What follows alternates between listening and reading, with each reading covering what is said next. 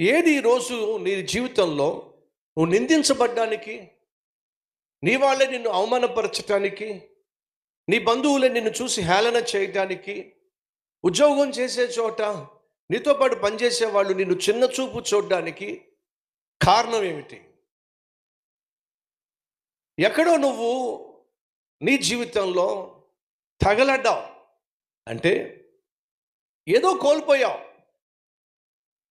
చదువుకునేటప్పుడు నువ్వు నిందించబడకుండా, హేళన చేయబడకుండా తలెత్తుకుని తిరగాలంటే తమ్ముళ్ళు చెల్లెళ్ళు మీరు చదువులో ఏం చేయాలి?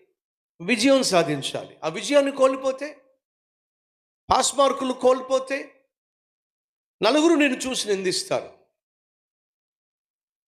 ఉన్న ఉద్యోగాన్ని చేతులారా నువ్వు కోల్పోతే నీ బంధువులు నిన్ను నిందిస్తారు. పని పాట లేకుండా ఇంట్లో కూర్చొని తింటున్నారని చెప్పి అంటారు.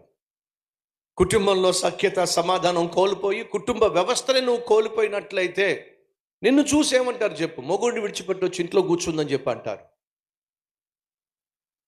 అడుగుతున్నాను సహోదరి సహోదరులు, ఈరోజు మనలో ఎవరైనా నింద గుండా, అవమానం గుండా, హేళన గుండా వెళుతున్నట్లయితే దేనికని నిన్ను చూసి ప్రజలు హేళన చేస్తున్నారు? దాన్ని నిర్మించో.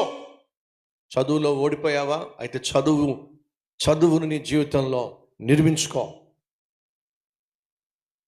ఆత్మీయతను కోల్పోయావు కాబట్టి నిన్ను చూసి నీ చుట్టూ ఉన్నటువంటి మిగతా సేవకులు హేళన చేస్తున్నారా? పరిచర్య చేసేవాళ్ళు హేళన చేస్తున్నారా? నీ ఆత్మీయ జీవితాన్ని నిర్మించుకో. ఉద్యోగం చేసే చోట నువ్వు సరిగా పని చేయట్లేదు కాబట్టి, పని చేయడం చేత కావట్లేదు కాబట్టి నీ చుట్టూ వాళ్ళు నేను హేళన చేస్తున్నారా? అయితే పని చేయడం నేర్చుకో. పని చేసే జీవితాన్ని నిర్మించుకో.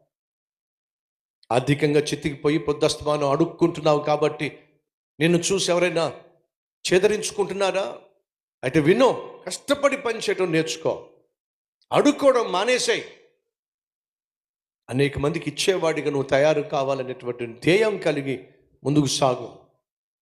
అది దేవుడు కోరుకుంటున్నాడు.